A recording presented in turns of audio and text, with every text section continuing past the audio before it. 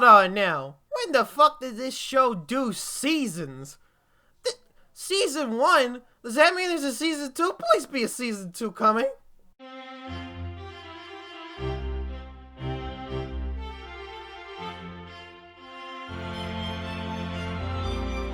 And I swear to fucking God, if I get another cup of coffee that tastes like cat piss, I'm gonna kick your— Oh, welcome everyone to Internet Dictionary. Sorry, we had a little upset, but everything is fine now. The word of the day is— Oh shit.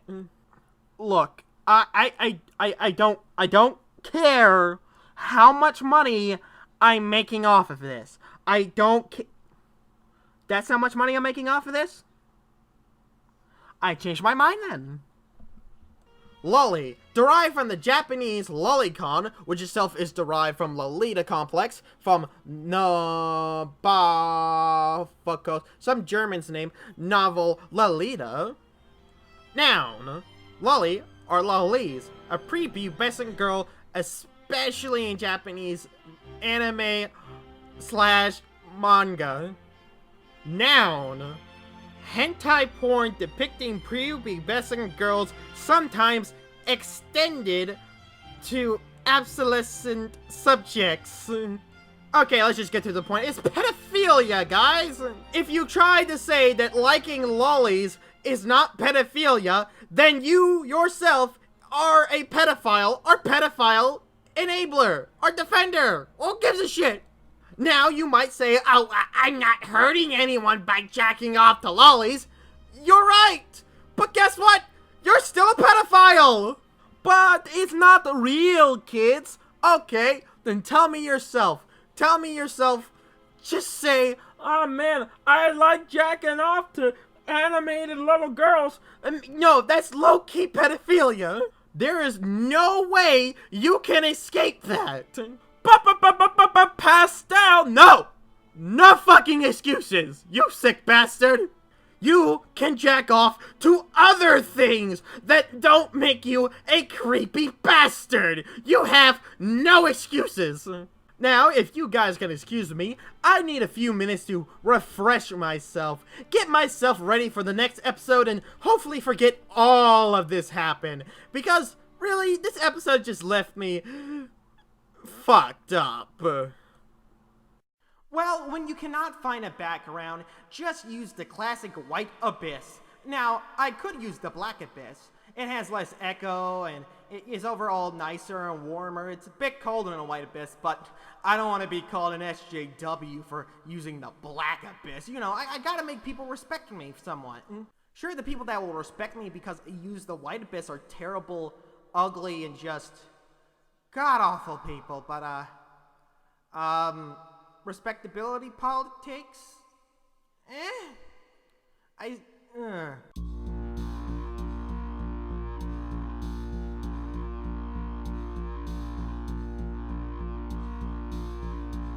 According to the Urban Dictionary, SJW is short for Social Justice Warrior, the over-offended, blindly ignorant scum of the internet, who must report anything and everything that offends them.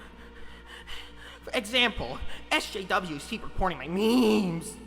Now you might be thinking to yourself, well, that doesn't sound like a bad term at all. I might just use it myself. I know a few friends that get overly sensitive, and let me just stop you there. Trust me, you're not gonna want to use that word. If you're new to this term, congratulations. You walked through the entire internet without walking into one of the man children that use it. If you're not new to this term and you're just here to watch what I say, then you're rather, 1, you've heard this term so many times it's annoying, or 2, you use this term and you're a cuck. Come on, don't be shy. Go down to the comments, write down how you're a big boy. Don't worry, it's not bait. I'm not baiting you at all. Don't get angry at me, you stupid fucking idiot. Sadly, when this is used in actual debates, online or in real life, it's mostly used to say, well, your opinion doesn't matter. You're just an SJW. Right-wingers and centrists mostly use this to try and, stop the argument there when they can't think of anything else, or, oh man, you're an SJW. That was SJW thinks. Haha, look at me, guys. Me have a big penis. internet crybabies and man-children love this word because it makes a debate so easy. Why actually say there's a problem with someone and explain how those problems are problems when you could just call them an SJW, go home and eat a taco, or you just egg them on with the word SJW, like a child. If you're in the middle of the debate and someone uses the word SJW, that's your time to skedaddle. You've wasted your time here. You're not talking with someone that actually wants a debate. You're talking with someone who wants to own you with facts and logic. Oh yeah! What the fuck? Why do I sound like a fucking 4Kids character? You gotta use the right cards, Yugi! If you ever hear someone screaming about the SJW menace or censorship is ruining thing I like, you're listening to a child.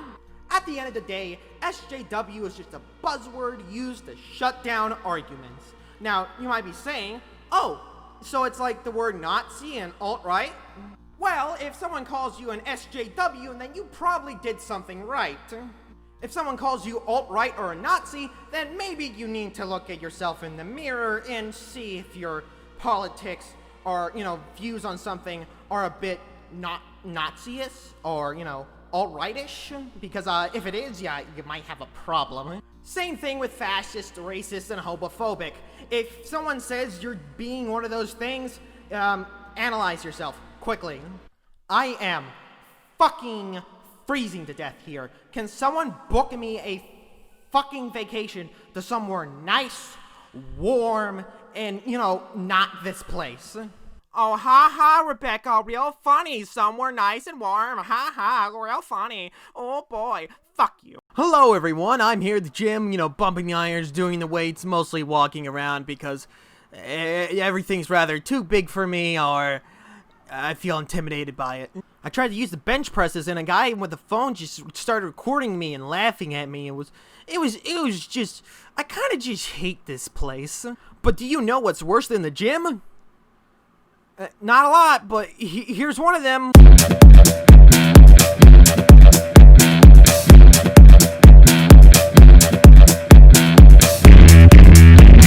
Toxic masculinity is one of those words that makes really stupid people angry because they don't really know what the word means, or they refuse to understand what it means, or they do know what it means, they just don't care. Now, normally I showed the top result on Urban Dictionary, but the top result on Urban Dictionary was just the definition. So, I picked the second one because it sounds like it was from a whiny crybaby. Toxic masculinity, described by this man that is really mature and just a well-thought-out person, is any male action that doesn't conform to the liberal ideals of what a man should be in today's society. If he is insensitive and emotional and docile, he is accused of being toxic masculinity, whereas used to these people were known as douchebags or even assholes. See also twant. Now they are blamed for being a product of the male-driven society. I bet the only person this guy's ever kissed is his mom. Obviously, this is the term made by those dreaded SJWs that want me to confront my problems, but I don't want to do that because that's scary, and that's admitting that I have a flaw, and that would just make me feel worse, and I don't want to feel bad about myself and fix myself. No, I want to just act like I'm perfect and nothing's wrong with me, continuing to be a burden on other people's lives. So yeah, this term is hated by those centrists and those logical alt-right big boys. They really hate it because feminists use it a good bit to describe their toxic personality and their toxic views on life. Now, you might say while you're breathing down on your keyboard, masculinity is not toxic. There's nothing wrong with masculinity. And yeah, there's nothing wrong with masculinity, you dumbass. Just like how the term toxic air doesn't mean air is toxic, all of it. Toxic masculinity does not mean all masculinity is toxic. You go around showing your muscles and flexing a lot, but, Don't be an asshole. Like, draw an actual pair of balls. If you are offended by the term toxic masculinity, you're a bitch. Oh, why can't we just call it toxic behavior? Because, you dumbass, it revolves around masculine traits. Like not talking about your feelings when something is obviously wrong with you. Or thinking you're the better person because, ooh, I got big biceps. Big biceps. Me. But you probably don't say that a lot because you're probably the fat fuck who sits on his ass all day whining about the SJWs and why they call me toxic are so thin you're walking on strands. You eat like a Hot Pocket or something, you say, yep, that's all my food for today. And those problems probably would have been fixed if you were a fucking coward. Asking for help doesn't make you weak. It makes you, what's that thing that people keep on using every day? It makes you look like you're using your fucking noggin. Wow, that's a workout, right? I'm sweating, I'm pumped, and I'm tired of everything. Can I just go home? I hate being in public spaces. There's too many people here, and it smells like sweat. There's this one guy, it seems like he's trying to have a staring contest with me, and it's disturbing. You know what? Fuck this shit. I'm taking the high scrollers approach to dieting.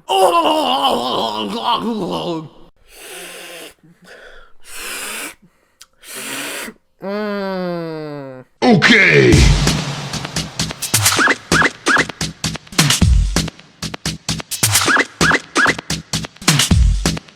There is no better place to talk about shitty people than a place littered with shit and rats.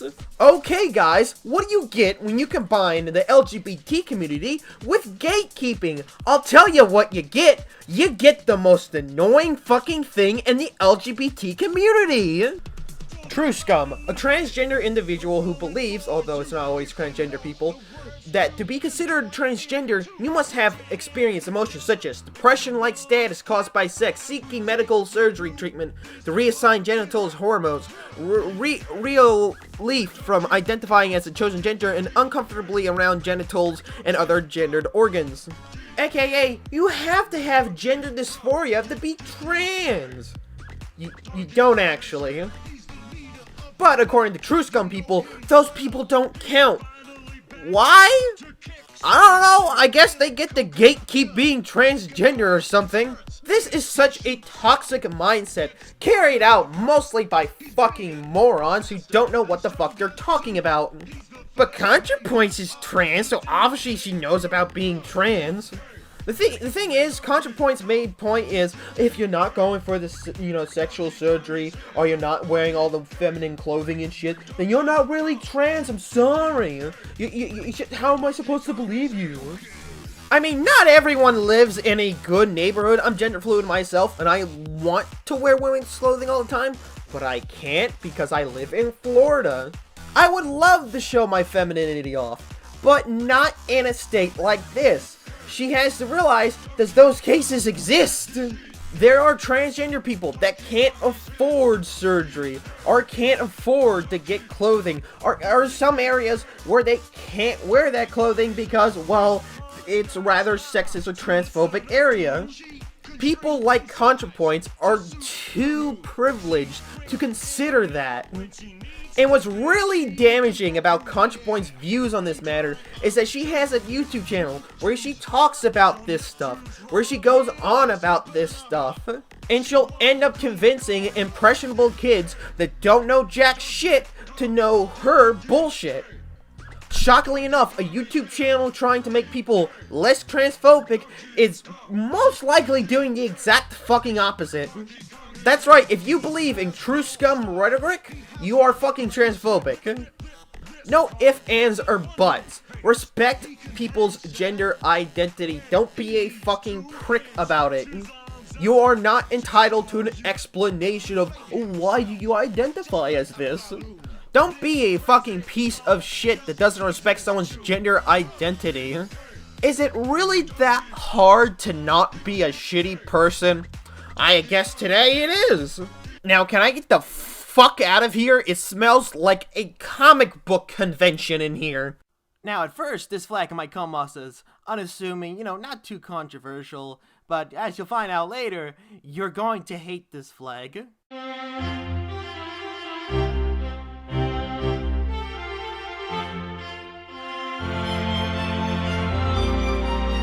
Once upon a time, a pedophile thought to himself, "Gee whiz, I wish people would respect me." Ugh. Then he thought of an ideal. What if I stop being a piece of shit pedophile? Nah, I'm just gonna abuse the LGBTQ community.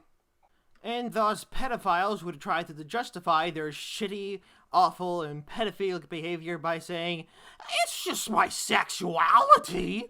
Oh, I'm Toon Critic." By the way, pedophiles will be represented by Toon Critic until further notice. Urban Dictionary defines a no-map as a non-offensive, minor, attracted person, which is a pedophile no matter how much they dress it up. Jim is a no-map. Jim was talking to his nephew. Now Jim is in jail. Now, normally when we cover a topic that's stupid, we'd like to explain why it's stupid. But in this case, I'm pretty sure it's already obvious as to why being a no-map is fucking stupid. Now, without further ado, I'm going to...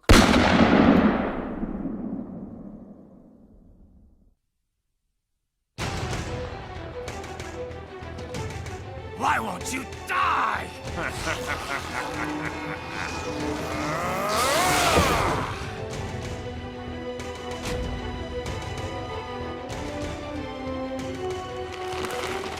Nanomachines, son. They harden in response to physical trauma.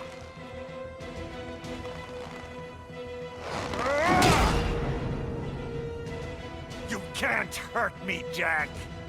Well, you look at time. I better just get fucking going. Oh, please don't. Oh, God. Oh, God. That's the sound of the police. That's the sound of the beast.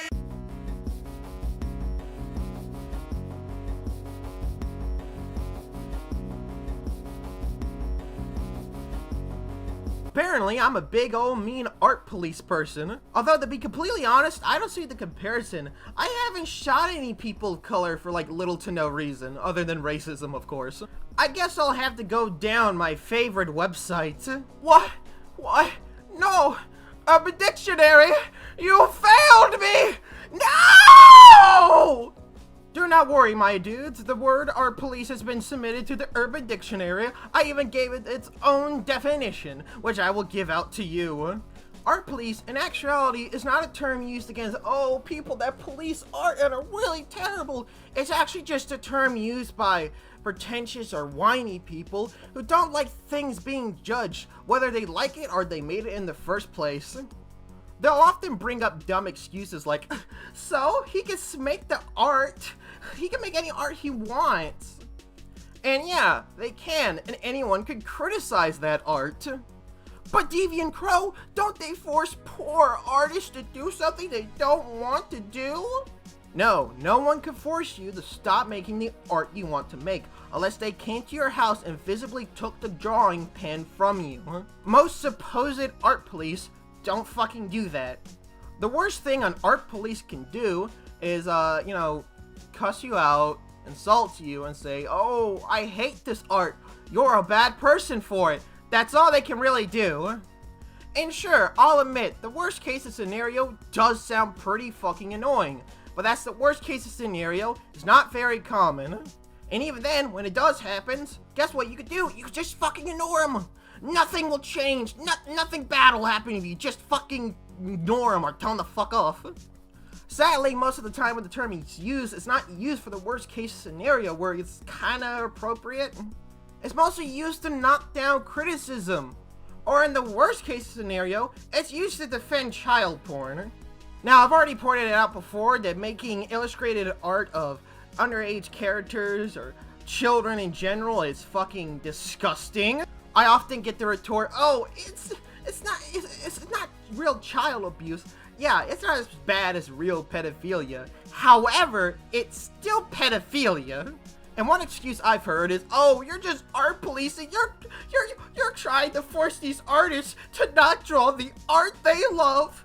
Why can't you let these poor innocent artists draw child pornography?"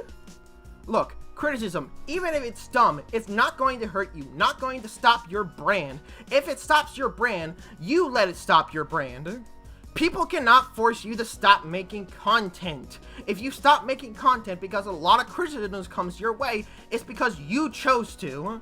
You don't have to stop making the art you love. But remember, people aren't always going to love it. People are going to criticize it, and you're just going to have to get the fuck over that. That's what happens in any artistic field. Even my field of video making, criticism happens to me. You could choose to respond to it or, just ignore it. But whining about it, that you do have the choice to whine about it. However, you look like a bitch for doing it. And you'll just end up inviting more of that unwanted criticism towards you. If a piece of shit criticism comes your way, actually address it. Actually respond to it. Don't plaster a buzzword over it and then go like, yeah, I did it. It's solved. It will never come back. Oh, now there's more of it. Look, let me tell you a story. I once wrote a pretty bad fan fiction about Rainbow Dash dying. It was bad, but I put a lot of passion and effort into it. Okay, maybe a lot of passion, not necessarily effort. It got dogged and trampled on, but did I give up fanfics writing? No, I wrote a few more, then I stopped. But criticism didn't make me stop. I stopped having fun with it. I decided to do something else. I decided to make more videos. And despite all the criticism that I've got on videos, I've only got close to quitting 2 times, and that's only because I've not had fun with it. It can kind of hurt seeing something you put a lot of love into get immediately dogged and hated on.